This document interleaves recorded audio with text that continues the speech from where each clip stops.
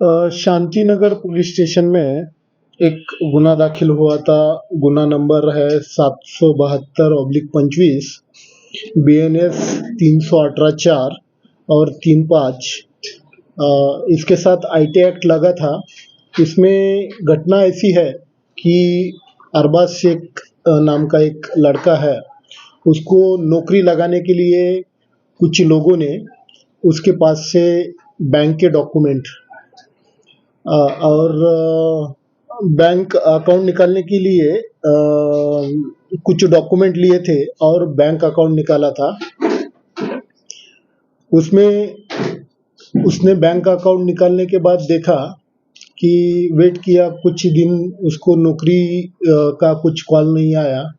तो बाद में जाके बैंक अकाउंट देखा उसने बैंक में जाके, तो उसको समझ में आया कि उसका अकाउंट ब्लॉक हुआ है। और जब उसने इंक्वायरी किया तो उसमें कुछ साइबर फ्रॉड की अमाउंट आई है, इसलिए बैंक ने उसको सीज कर लिया है, फ्रीज कर लिया है। तो उसके बाद वो पुलिस स्टेशन आया और जो गुना दाखिल हुआ, उसके बाद हमने वो जो उसके पास कुछ आरोपी के नाम थे, उससे हमने कुछ टेक्निकल इंफॉर्मेशन निकाल के उनके डिटेल्स निकाले और उनको हमने दक्षिण गोवा में से 3 लोगों को अरेस्ट कर लिया है। उसमें 3 लोगों के ऊपर हमने गुना दाखिल किया था, लेकिन अभी टोटल 11 आरोपी हमने वहाँ से अरेस्ट कर लिए हैं। उसके साथ 2 लैपटॉप, 30 मोबाइल, 11 लोगों के बैंक के पासबुक्स और 11 लोगों के सिम कार्ड, इतना सारा एवज उसके साथ मिला है।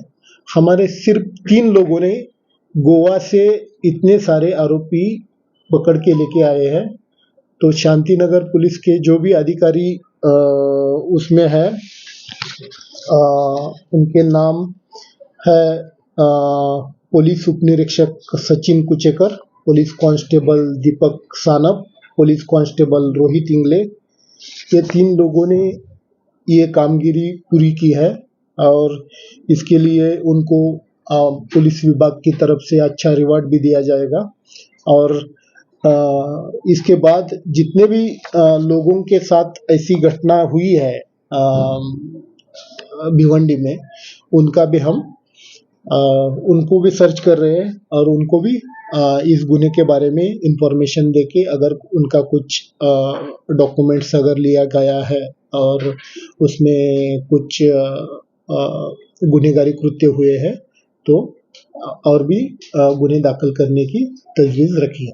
सर, ये जो 11 आरोपी अब बताए हैं, तो सर ये जो गोवा के थे इनको सबको लेके आया गया कि भिवंडी के बीच में रहने वाले जो आरोपी 11 लाए हाँ, ये गोवा से लाए गए हैं। भिवंडी के 3 लोग हैं और गोवा से बाकी लोग लेके लाए हैं। वो बाकी बाहर के हैं, कुछ MP के हैं, कुछ UP के हैं, कुछ बिहार के हैं, तो बाकी लोग बाहर के हैं। सर, ये इनके ऊपर किसी प्रकार का आपराधिक गुना फैलेगा? नहीं, अभी उनके ऊपर जितने भी गुने होंगे उसकी जांच की जाएगी और उसमें जो भी इंफॉर्मेशन मिलती है आपको दी जाएगी। तो ये कितने का फ्रॉड हुआ है सर? ये नहीं, अभी तो फ्रॉड की अमाउंट और बाकी डिटेल्स बैंक से लिए जाएंगे। हो सकता है इसमें से बहुत सारे गुने भी निकल सकते हैं। अभी इंफॉर्मेशन इतना ही है अपने पास कि इन्होंने ये साइबर फ्रॉड के लिए इसको यूज किया है। तो जितने सारे गुने अभी ये नंबर के ऊपर मिलेंगे तो उनमें तफ्तीश की जाएगी। सर, ये बैंक पासबुक जो मिला है, ये सब वो फर्जी है कि बैंक? नहीं, बैंक के रियल ये पासबुक है और लोगों ने उनको नौकरी के लिए बना के दिए है, तो वो ओरिजिनल है और उसका यूज ये साइबर फ्रॉड का अमाउंट लेने के लिए किया जाता है। तो उसमें क्या होता है कि 1-2 बार अगर अकाउंट यूज हो जाता है तो ब्लॉक हो जाता है, तो ऐसे करके वो कुछ बहुत सारे लोगों के अकाउंट लेके रखते हैं और उसके बाद एक एक अकाउंट यूज करते हैं। बैंक के कोई कर्मचारी किसी प्रकार के से मतलब उनका साठगांठ हो इसमें इस तरह से देखा जाए भारी मात्रा में नहीं, अभी तो अपने पास जो इंफॉर्मेशन है लोगों ने खुद निकाल के दिए हैं। नौकरी मिलेगी ऐसे करके उनको बताया तो लोगों ने खुद निकाल के दिए हैं। अगर उसमें जो बाकी हमारे पास जो 11 पासबुक मिले हैं उसमें इंक्वायरी करके देख लेते हैं कि उसमें बैंक इन्वॉल्व है या नहीं है। सर आपको क्या लगता है कि जिस तरह से एक बड़े रैकेट का पर्दाफाश आप लोगों के माध्यम से किया गया तो और भी इसके पीछे कुछ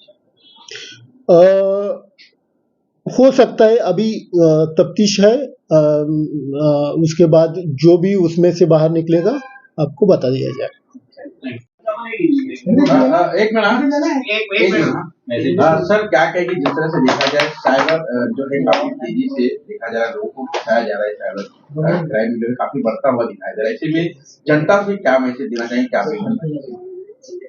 जनता से ये अपील है कि अगर कोई अनजाना आदमी आपको नौकरी लगाने के लिए पासबुक, बैंक का अकाउंट ओपन करने के लिए कुछ डॉक्यूमेंट मांगता है या बैंक अकाउंट नंबर मांगता है या नया बैंक अकाउंट खोलने के लिए बोलता है तो उनके जांचे में ना आए। उसका यूज साइबर फ्रॉड के लिए हो सकता है और आप उसमें फंस सकते हैं।